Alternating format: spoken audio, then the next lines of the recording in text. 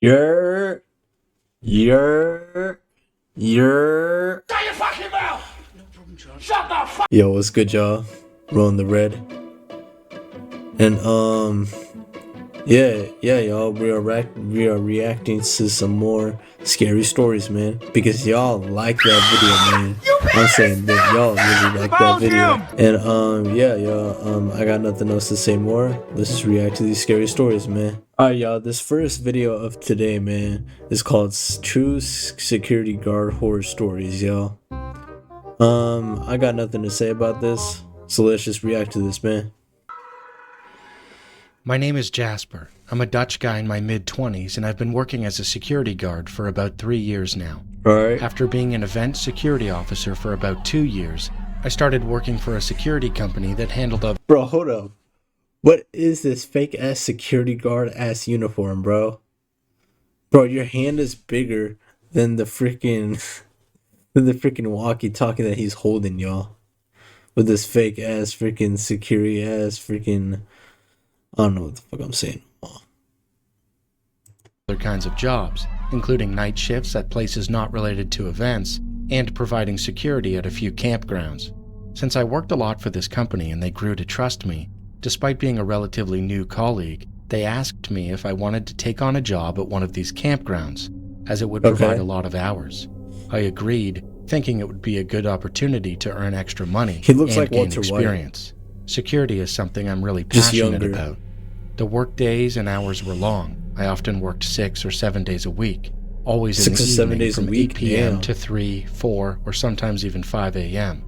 For the sake of the story, I'll fast forward a bit. Quite a few things happened during that time, such as drunk guests, a man overdosing in his caravan, and even a woman having a schizophrenic episode in the middle of the night.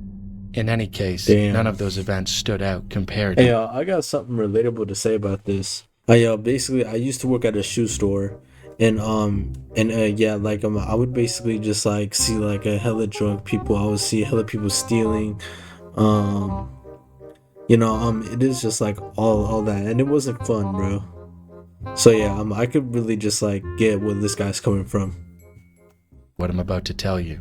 The campground was large, and I was given a bicycle to get around more easily. Okay. One of my primary tasks was to patrol the grounds, since there was a curfew after 10 p.m., after which kids and teens weren't allowed to wander outside their tents or hang around playgrounds. While I built a pretty good rapport with the younger crowd, they were still kids, and they didn't really follow the rules. This led to the manager of the campground and my supervisor expanding my duties. Behind the campground, there was a forest with a large outdoor theater where music events were occasionally held. While it technically wasn't part of the campground, the kids would often go there at night and gather behind the stage. This was illegal, since you're not allowed to be in forests after sunset in the Netherlands, and it also violated the campground's curfew rules. So I was assigned... Oh, hell no, bro, that's a panther. Motherfucker, you better get out of there, bro. It's a panther. to check the forest and the theater during my patrols.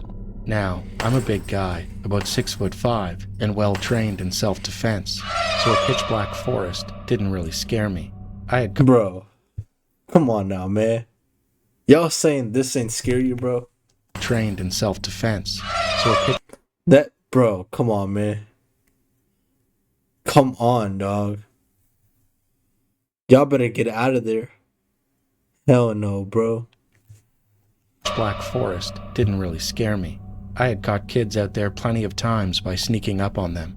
Of course, to do that, it's important to stay quiet and low, which meant I didn't use my flashlight most of the time. One night, while patrolling as usual, I went into the forest to check it out. If you were really quiet, you could sometimes hear kids sneaking around the theater, laughing in the distance. That was the case this night, too. I sighed, thinking they still hadn't learned their lesson, even after multiple warnings and the manager threatening to kick them out. I biked to the edge of the campground where the lights and paved paths ended. I could hear whispering and quiet laughter in the distance, so I parked my bike and moved into the forest without my flashlight, staying as quiet as possible. When I reached the theater, nobody was there. I turned on my flashlight to make sure they weren't hiding, since they had done that before, but I couldn't find anyone. The faint whispers continued, but now they were coming from another direction. I knew there was a watchtower further ahead with a bench underneath it. I had caught kids hanging out there before, so I figured that's where they went. I moved through the forest toward the tower and stood behind a tree, watching the bench. Again, nobody was there. At this point, I still wasn't creeped out. I figured they had spotted me and were messing with me. You weren't creeped out when there was like a whole ass panther and there was a whole ass ghost demon? Come on, man. Do better, y'all. My last thought was that maybe they had climbed all the way up the tower. The whispers stopped. Then suddenly, I heard a young man scream from above me.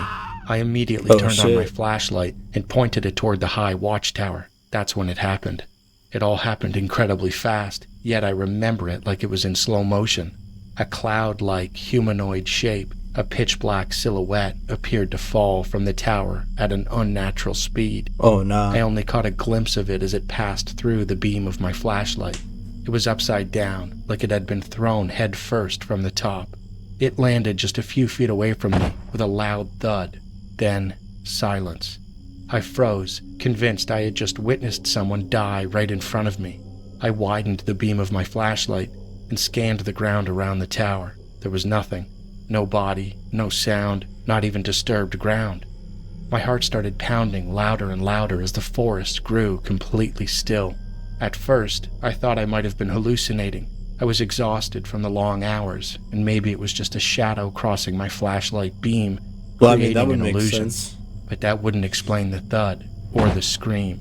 I ran back to my bike and rode straight to the bar, where the entertainment team usually stayed late. I told them what happened, and one of the women took me outside. She told me that the year before I started working there, a teenage boy had fallen from that tower and died on the spot. Oh, They never found out if it was an accident or if someone pushed him. After that, I refused to go back into that area. I would The too. fear was so strong that I ended up faking my reports, lying about me having been to the forest to check. I still don't know if I was just hallucinating and imagining things, but I am a spiritual person, and this could truly have what been the the echo fuck? or even spirit of the boy. Oh, hell nah, bro. Hell nah, bro. Whole ass zombie gonna come and eat this dude's ass. No, bro. I'm good off that, y'all. Alright, y'all. This next one is called The Thing I Saw Under the Door. I got nothing to say about this one, y'all. Except this ugly ass font. Like, damn. Bro, what the fuck am I saying? Alright, y'all. Let's just get straight into this, y'all. In the mid-2020s, when the pandemic was in full swing, I had an experience that I will never forget. Okay. Honestly, it was a very brief moment, but that moment silenced all the doubts I had about ghosts and supernatural phenomena. That's gotta be the worst time to experience something demonic, bro. Just taking a shit and then, like, just experiencing something like that. Like, bro, come on, man. Let me shit in peace. Y'all, hashtag let me shit in peace, y'all. What? I have loved horror content my whole life, from movies like Annabelle to creepy YouTube videos about supernatural rituals. I was Bro, he's describing me right now. I'm not gonna lie, he's describing me right now. fascinated and used to binge watch them. I even used to say that I wanted to see a ghost in real life, just once. But after Okay, never mind. Why would you want to see something like that, bro? Like, come on, bro. No, bro, you're just asking to get your ass clapped. that afternoon, I never had any of those thoughts again. It was around 3:30 p.m. that day, and it was raining. It was cloudy, dark, and quiet. My family had ordered groceries from a grocery chain called Big Basket. We had started using delivery since everyone had come to rely on online services due to COVID-19. Because of an address error, the delivery person told us to come out onto the street. My father went outside to pick it up and locked the front door. Only my mother and I were left at home. While my father was out and my mother was in the bathroom in the small bedroom, I went to the bathroom in the master bedroom to urinate.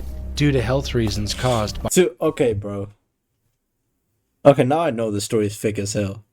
You're saying that, like, that I just went to use the bathroom to urinate. Why can't you just say that, like, I went to the bathroom to take a piss?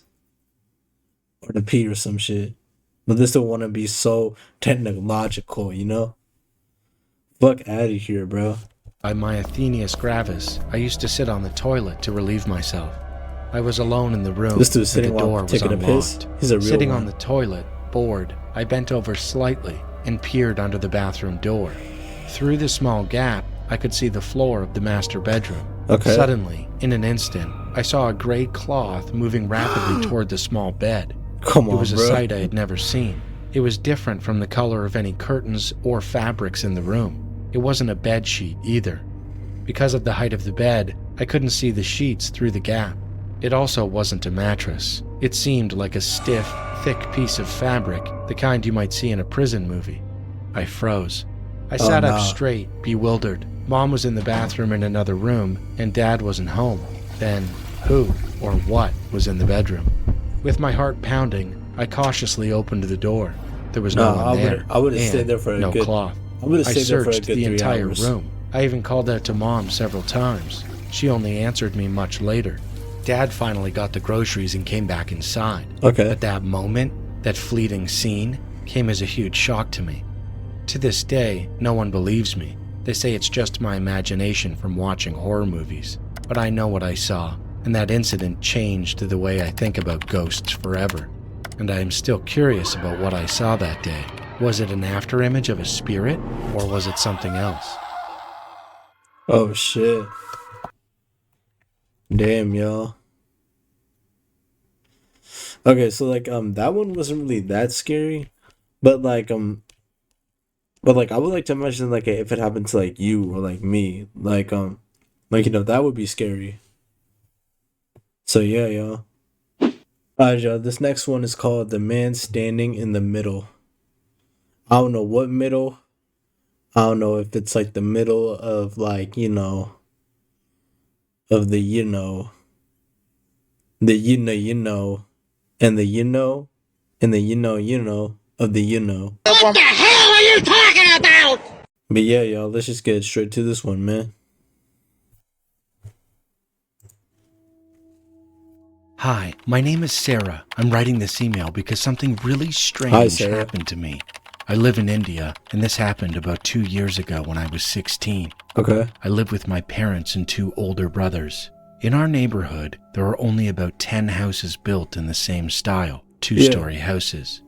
My parents and I sleep on the first floor, and my brothers sleep on the second.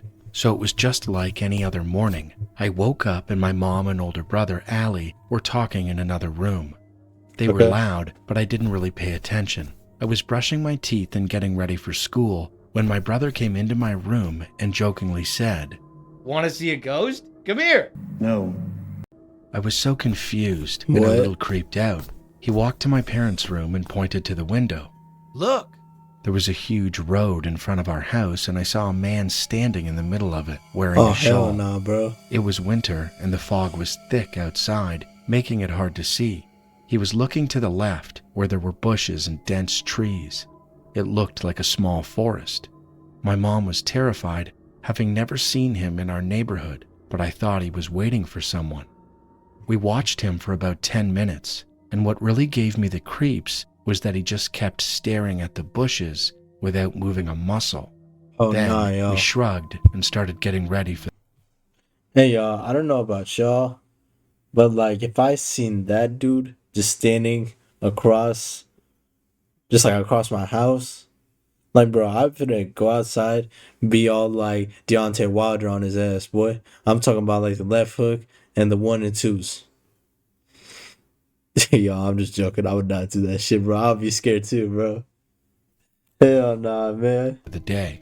My older brother Assad used to always take me to college on his scooter, and as we were leaving, I saw the man standing in the middle of the road, still facing the bushes.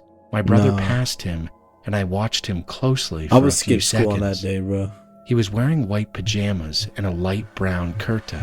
His shawl was off-white and covered him from head to knee. I could only see Oh, his shit. eyes, and when my eyes met his, a shiver ran through my body.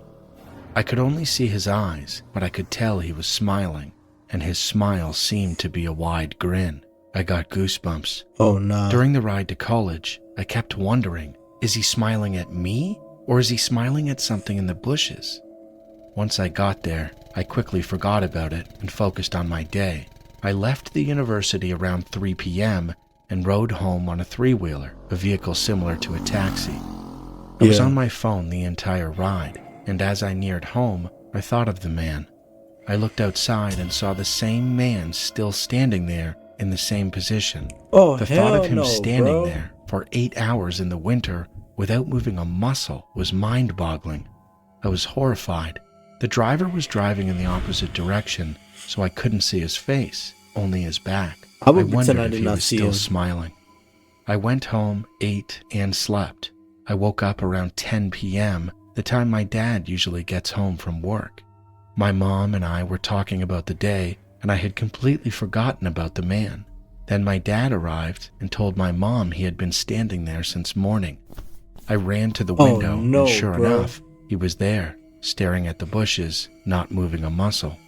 Before coming home, my dad went to the man and asked him why he'd been standing there all day, but he didn't say anything. We were all so confused as to why he'd been standing there all day, especially in the winter.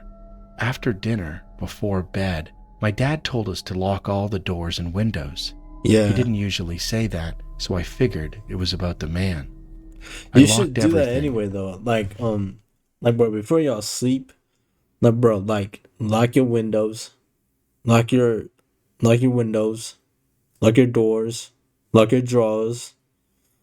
Just lock anything, bro, because ain't nobody gonna come in the house, bro. Ain't nobody gonna come to the crib, man. And double-checked to see if he was still there, and to my surprise, he was. We went to bed, and the next morning, I was eating breakfast and watching TV when I suddenly remembered the man. I looked out the window, and he was gone. He hasn't been seen since. We were all horrified shit. by it, but after a few days, we all collectively forgot about it. I asked countless questions like, why was he standing there? Why was he staring at the bushes? Was there something in the bushes? But we never got any answers, and the man standing outside still remains a mystery. Oh, hell no, bro. Yo, that is creepy as shit, bro. Damn, y'all. Alright, y'all, this last one is called True Clothing Store Horror Story. I got nothing to say about this one. This one seems a little bit abnormal.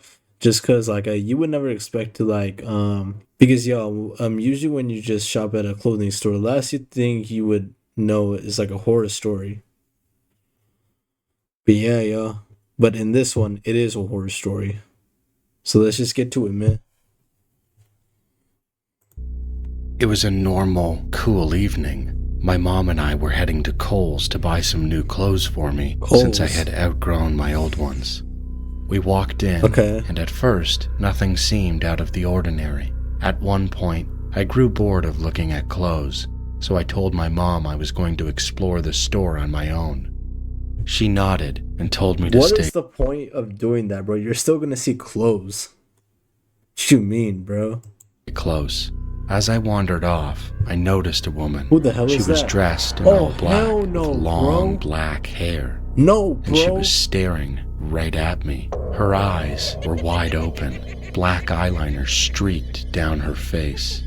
Her eyes were so wide it looked unnatural. A wave of fear hit me. I frantically looked around for my mom. When I couldn't find her, panic started to set in. Then I turned back. The woman was even closer, smiling. That same unsettling, Smack the shit out of creepy her. Stop smile. and smack the shit out of her, I was bro. so scared I couldn't even think straight. I didn't have a phone, so there was no way to call my mom for help. Thinking quickly, I darted into the clothing racks, trying to hide. Then, a hand grabbed my shoulder. I stifled a scream and spun around. It was my mom. Relief washed over me, even as she scolded me for running off, but her words barely registered. My mind was locked on the woman. The woman could still be out there, watching, waiting. Then, my mom's tone shifted. Her face grew more serious. She asked if I had seen a woman with long black hair and wide eyes. Yeah. My heart skipped a beat. She had just described the exact woman I'd seen. I told her yes, that I had seen her, and that I was terrified. My mom nodded. She quickly paid for our things, and we left. Nothing happened after that, but the image of her never left me. Her eyes, her wide smile, even now, it still gives me chills. That was it? What? Damn, y'all. Alright, y'all, that's gonna be it for today, man. Sorry this video was a little short. I have a freaking dentist appointment soon. But but yeah, y'all. I'll see you on the next one, y'all. Peace. 6ix9ine,